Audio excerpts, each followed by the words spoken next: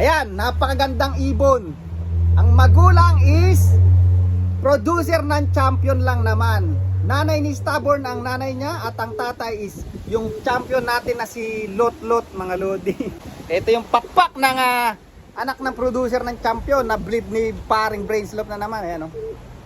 Paganda mga lodi. Tingnan niyo yung mga pakpak, ang lalapad. Kaya ngayon ililipat ko sa bayo ko kay James, mga lodi. Yan, doon ko ililipat sa Antipolo at magpapagawa tayo ng loop doon para makasali tayo sa PHA, di ba? Makapag-race tayo sa PHA.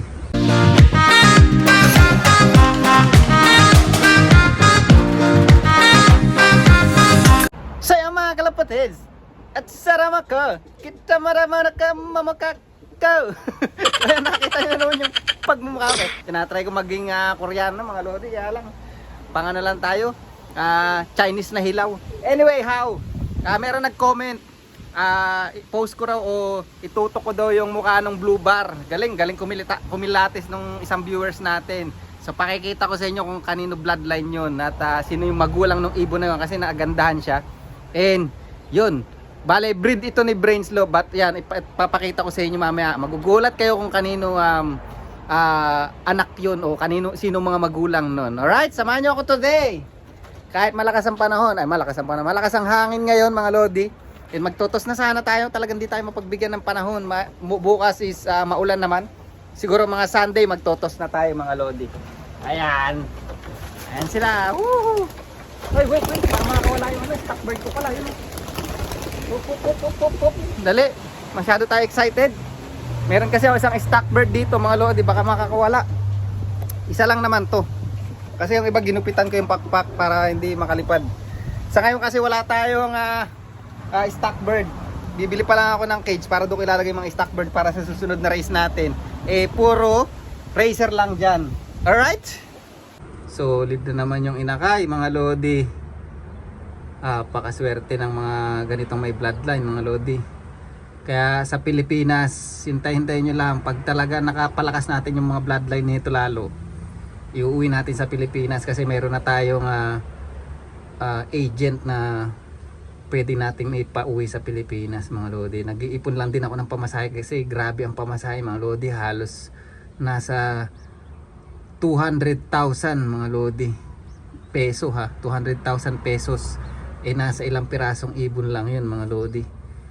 Kaya talagang pag-iipunan natin. But anyway, siyempre yung price nun, hindi mahal, hindi mura. Sa mga nagtatanong kung magkano ang bloodline Stubborn pag nakauwi sa Pilipinas, masasabi ko, hindi mahal, hindi mura.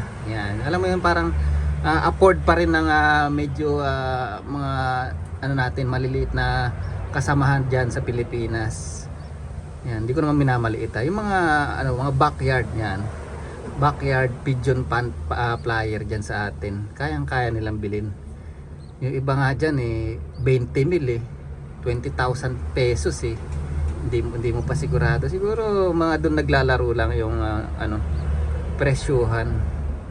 Yan, siguro humigit o kumulang doon sa mga ganong price range, mga lodi. Yan, but syempre susubukan din natin yung bloodline nito. Magre-race din ako.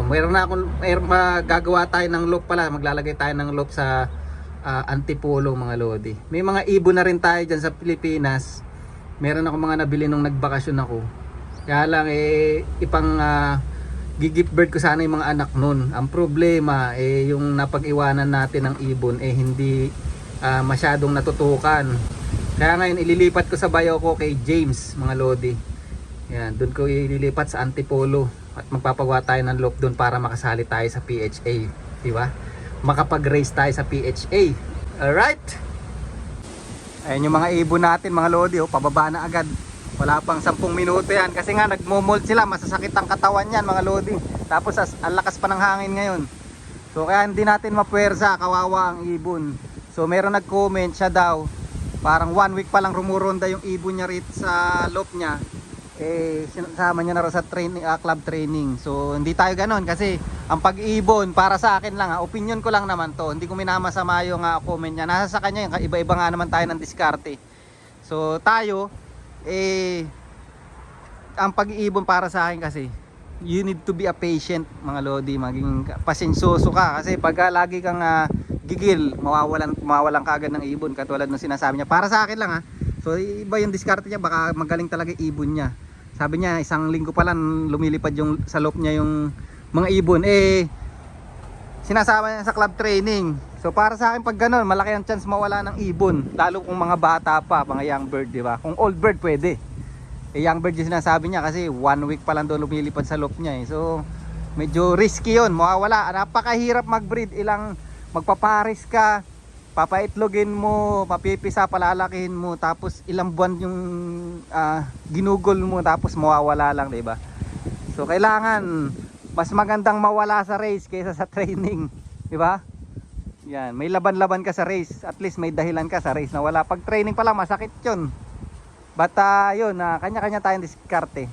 At nire-respeto ko yung sinabi niya, but that's my opinion. Di ako naglilipad na ngayon. Dati gigil na gigil ako, kahit bata talaga nire-race ko. Pero ang ibon pagka nag-edad mas maganda. Pagka mga young bird mahirap masabing magaling mga lodi, dahil wala pa sila sa tamang pag-iisip, parang tao.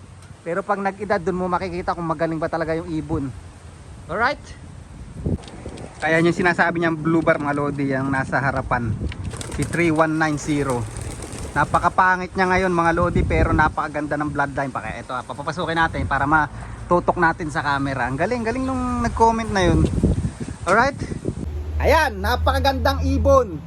Ang magulang is producer ng champion lang naman. Nanay ni Stubborn ang nanay niya, at ang tatay is yung champion natin na si Lotlot mga lodi. Pero yung ilong niya, kamukha ni Lotlot mga lodi, malalaking ibon. Ayan paganda. Ito yung pakpak ng anak ng producer ng champion na breed ni paring Brainslope na naman. Ayan paganda mga lodi, tingnan niyo yung mga pakpak, ang lalapad. Ayan, napakatalino. Kasi pag nag-toss tayo, siya lang yung laging nasa loob agad ng loop mga lodi. Yan, napakaganda, napakabilis mag-molt. Halos nasabayan niya pa si yung mga second class natin. Ito pala yung kapatid Yan, kapatid yun mga lodi. Hen. Yan, dalawa yung na-breed sa atin ni Brainslope. Isa lang sapat na kasi nanalo tayo, isa lang nanalo tayo. But syempre hindi lang naman dahil sa breed ni Brainslope, magaling din naman tayo. Di joke lang, charot lang. But ngayon ayun ang goal natin mga lodi, mag-perform yung mga na-breed natin ngayon. Kasi mga bloodline, pare-pares na lang naman ang bloodline yung nasa akin ngayon. Yan, dahil ito nga nakakaanong ilipad dahil pwedeng-pwede ko siyang pang blend sa bloodline ni Stubborn. Yung mga anak ni Stubborn pwede kong ipasok to. Dahil nga pares sila ng bloodline o yung magulang ni Stubborn, di ba? So bali, kapatid pala ni Stubborn to, sa nanay. So yung nanay ni Stubborn, ang pangalan nun is Olive. Ang dami ng inanak na champion nun mga lodi. Si Stubborn, si Silver Bullet, saka si 9203 ni Louie na nag-champion siya sa teams. At saka yung isang kak yata na inbreed. Napakaswerte nung napunta nung ibon na yon. Merong inbreed si Louie o si Brainslope na nanalo rin, nag-champion. Inbreed yun anak ng nanay ni Stubborn. So talagang yung mga Stubborn line is malalapot. Tapos ngayon meron kaming yung hen. Actually yung hen na yon is galing kay Secret. Yan. Tapos yung ako ang kumuha ng hen na yon, yung nanay ni Lotlot. Tapos ngayon nangailangan ng hen si Brainslope. Ayun. Hindi namin akalain na mag-aanak pala ng maganda. So sayang lang yung hen, hindi namin mahagilap ngayon. Ayun yung nanay ni Matet, yung champion ni Louie ng 300 plus kilometer na ang laki ng hinakot ni paring Brainslope doon mga lodi na pera. Talagang naging maraming mga flyer doon na hindi makapaniwala dahil 1,000 plus na ibon 30 minutes ahead yata yung kung di ako nagkakamali, 30 minutes ahead yung ibon ni Brainslope. 30 minutes bago nasundan ng second bird yung sa race na yon. So si Matet yun mga lodi, sayang lang talaga nilipad ni paring Brainslope yung sa Christchurch 700 plus kilometer, nawala, sayang. Nasa atin nga yung kapatid, nestmate mismo nun si Lotlot, is nag-champion tayo sa federation na North Section sa 500 plus kilometer sea crossing. At ito yung mga kapatid mga lodi. Yan. So hindi ko na masyadong baka ma-stress. Yan siya, oh. Tingnan niyo yung pakpak ng anak ng producer ng champion. Ayan, oh. Di ba? Paganda mga lodi. Malinis na blue bar. Ito yung mga gusto ko sa blue bar, malinis. Yung tinon, kahit na nagmumult siya, nag-aaboy yung yung namumuti yung kamay ko, nagpupulbos. But anyway, pakawalan ko na. Ayan, oh. Lagi yan pag nagtos ako mga lodi, laging nauuna yan sa loop. So dito ko na lang yayarin yung vlog. Saka na lang tayo magsha-shoutout at umuulan na. See you next vlog. Bye. At hintayin nyo pala, meron pahabol. Meron tayo, magre-race na tayo mga lodi. Baka mga 6 na piraso ikakarga natin. So, pero itotos ko pa rin silang lahat. Yan. So, pang lang naman, pang konting kasiyahan lang natin at may naabangan tayo. Alright. Bye.